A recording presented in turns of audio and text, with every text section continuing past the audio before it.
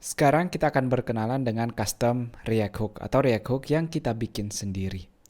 Untuk membuat custom React Hook sendiri, kita akan membuat fungsi yang berbeda. Tujuannya agar kita bisa menggunakan fungsi ini berkali-kali.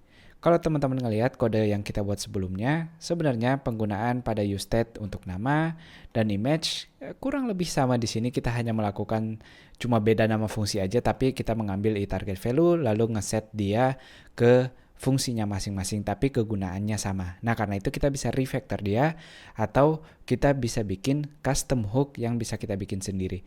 Untuk penggunaannya sendiri bukan hanya untuk form seperti ini, teman-teman bisa ngebayangin apapun fungsi yang sama yang bisa teman-teman pakai berkali-kali.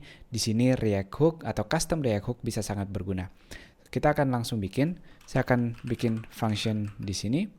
Untuk penulisannya sama seperti React Hook yang lainnya, kita akan menggunakan use. Lalu kita pakai atau kita berikan nama dengan camel case, misalnya use form seperti ini. Lalu saya akan terima sebuah value-nya. Dan untuk cons-nya sama seperti di atas, kita bisa pakai file dan juga set value-nya di sini. Di sini kita akan menggunakan useState seperti biasa dan memasukkan agar di sini tidak rancu. Saya akan masukkan di sini initial value atau value awalnya, kita masukkan di metode useState-nya.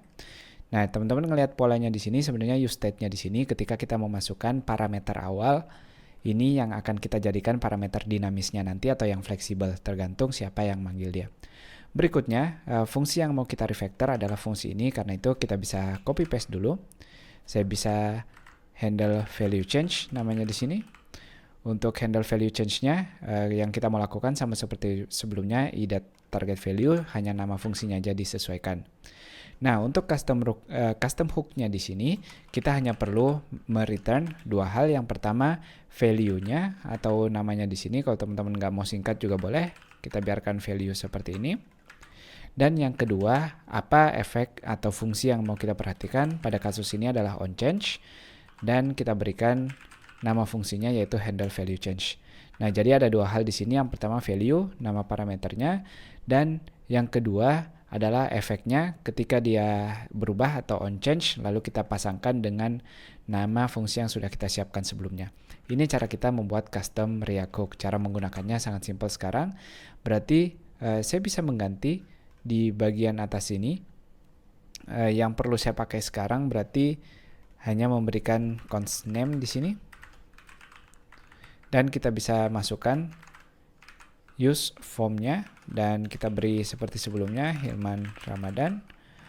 Hal yang sama untuk image source-nya, saya akan ganti menjadi use form di sini. Dia menjadi lebih fleksibel tanpa saya harus menggunakan lagi kedua efeknya di sini.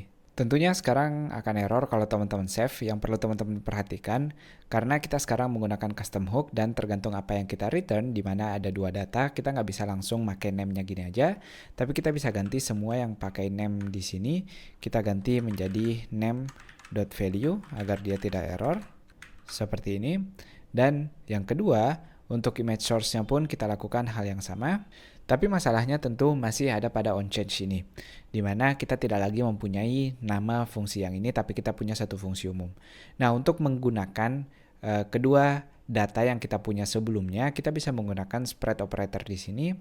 Jadi saya akan mengganti kedua teksnya di sini, kita akan pakai seperti ini untuk name-nya. Jadi dia otomatis mengeluarkan value dan juga onChange-nya yang sudah kita tulis sebelumnya. Begitu juga hal yang sama untuk image source-nya. Nah, kita coba ganti apakah title-nya masih berubah. Betul sekali. Dan kalau teman-teman ganti dengan apapun gambarnya di sini, dia akan terganti nanti. Itu dia untuk custom React Hook kita.